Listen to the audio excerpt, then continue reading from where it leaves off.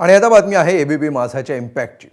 आपल्या राज्यामध्ये अल्पसंख्याक शिक्षण संस्थांना बळकटी देण्यासाठी त्यांना अल्पसंख्याक दर्जा दिला जातो।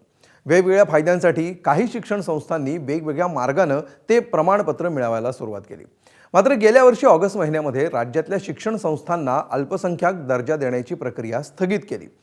मात्र हीच प्रक्रिया 28 जानेवारीला दुपारी 3 वाजता सुरू झाली, ज्या दिवशी विमान दुर्घटनेमध्ये अजित पवारांचा मृत्यू झाला। आता तुम्ही म्हणाल की दोन्ही घटनांचा काय संबंध? तर अजित पवारांकडेच हे अल्पसंख्याक खातं होतं आणि त्यांनी प्रमाणपत्र वाटपाला स्थगिती दिली होती। त्यामुळे दादांचं जाणं याचा सरकारी अधिकाऱ्यांनी गैरफायदा घेतल्याची चर्चा सुरू झाली। एबीपी माझानं पर्दाफाश केला आणि मंत्रालयातून मोठा निर्णय झाला। बघूया।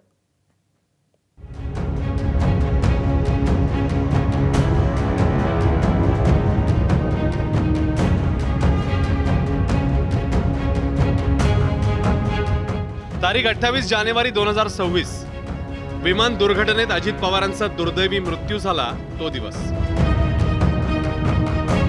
दादांच्या जाण्यानं अवघं राज्य धक्क्यात होतं।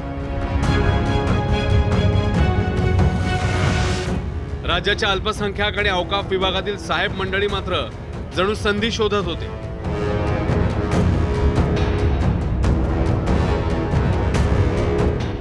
आता ही यादी आहे शैक्षणिक संस्थांची ज्यांना अल्पसंख्याक दर्जा मिळाला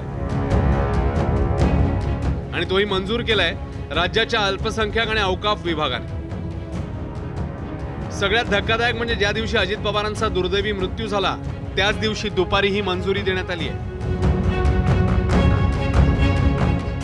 28 जानेवारी ते 2 फेब्रुवारी या कालावधीत म्हणजे राज्यात शासकीय दुखवटा असताना 1-2 नाही तर तब्बल 75 शिक्षण संस्थांना हा अल्पसंख्याकाचा दर्जा देण्यात आलाय आणि या प्रमाणपत्रांवरती अल्पसंख्याक विभागाचे उपसचिव मिलिंद शेणॉय यांची डिजिटल स्वाक्षरी देखील आहे।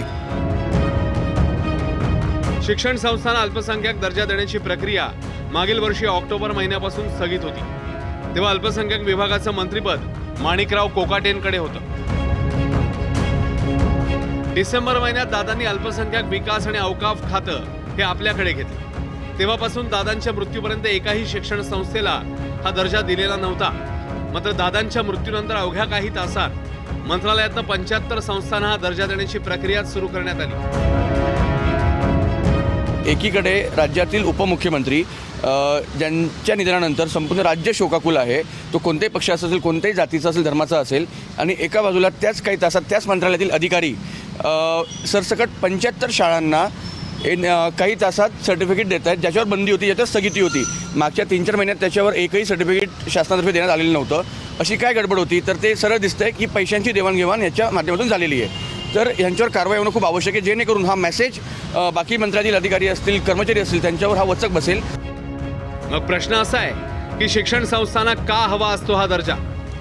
अल्पसंख्याक दर्जाच्या शाळांना आरटीई कायदा लागू नाही। आरटीई कायदा लागू नसल्यानं 25% गरीब विद्यार्थ्यांच्या प्रवेशाचं बंधन नाहीये। अल्पसंख्याक शाळांमध्ये शिक्षकांना टीईटीची अटही नाहीये। अल्पसंख्याक शाळेतील शिक्षकांना पदोन्नतीमध्ये सवलत मिळते। अल्पसंख्याक शाळांना विविध कारणांसाठी कोट्यवधींचं अनुदान, देणगी घेण्याची मुभा आहे। यात सगळ्या सवलतींसाठी शिक्षण संस्थांची धडपड असते, पण दादांनी त्यावर ब्रेक लावला होता आणि दादा जाताच 28 जानेवारी ते 2 फेब्रुवारी दरम्यान 75 संस्थांनाही प्रमाणपत्र वाटली जातात आणि त्यावरून सुरू झाले आहेत आरोप प्रत्यारोप। हे कोणाच्या इशाऱ्यावर गेलं? हे मुख्यमंत्री देवेंद्र फडणवीस याला जबाबदार आहे की अजून कोण जबाबदार आहे हे महाराष्ट्राला कळलं पाहिजे। एकंदरीत अजितदादा खमक्या एक व्यक्तिमत्वाचे धनी होते, एक प्रशासनावर त्यांची पकड होती आणि त्यांच्या निधनातून सावरण्याच्या आधीच जर असं कृत्य जर झालं असेल तर याची संपूर्ण जबाबदारी देवेंद्र फडणवीसांनी स्वीकारली पाहिजे। या प्रकरणामध्ये दोषींवर ताबडतोब कारवाई झाली पाहिजे। टाळूवरचे लोणी खाणे ही जी म्हण आहे ती या ठिकाणी पूर्णतः लागू पडते। त्यामुळे या एकंदरीत घटनाचा आणि या सरकारचा आम्ही निषेध करतो। अशा प्रकारची चौकशी आहे। याला तर टाळूवरचं रेताच्या टाळूवरचं लोणी खाणं हा शब्दशः हा प्रकार आहे। या प्रकरणाची चौकशी व्हावी, संबंधितावर कारवाई व्हावी। सर्वच वंगाळ झालंय। माणसाची काही किंमत आहे की नाही? थोड्याफार तर भावना, संवेदना असायला हव्यात की नाही? रोहित पवारांनी एबीपी माझाचीच बातमी पोस्ट केली. आम्ही बातमीचा पाठपुरावा सुरूच ठेवला. इकडे मात्र इतकंच नाही तर राज्य अल्पसंख्याक आयोगाचे अध्यक्षांनीही मोठी मागणी केली. देखिए वो बिल्कुल गलत हुआ है, हम इसकी जांच बिठाएंगे और जो भी मंत्रालय का व्यक्ति हो या जो कोई भी ऑफिसर हो उस पर कड़क कार्रवाई करेंगे और उस पर गुना दाखिल करवाएंगे, क्योंकि सरकार जो है सबका साथ सबका विकास और सबके विश्वास पर काम करती है. तो ये नहीं कि अल्पसंख्यकों का फ़ायदा कोई और ले. ये सारी संस्था मिलके करती है, तो इन पे MCCO की कार्रवाई यानी मोकोका की कार्रवाई होनी चाहिए. बरं, सरकारी अधिकाऱ्यांनी वाटलेली ही खेरापत खरंच काही गरजू संस्थांसाठी होती का? तर पहा, अल्पसंख्याक विभागाने ज्या 75 शाळांना प्रमाणपत्र दिली आहेत त्यापैकी 25 पोद्दार इंटरनॅशनल स्कूलच्या आहेत, ज्यांना 29 तारखेला एकाच दिवशी प्रमाणपत्र मिळाली.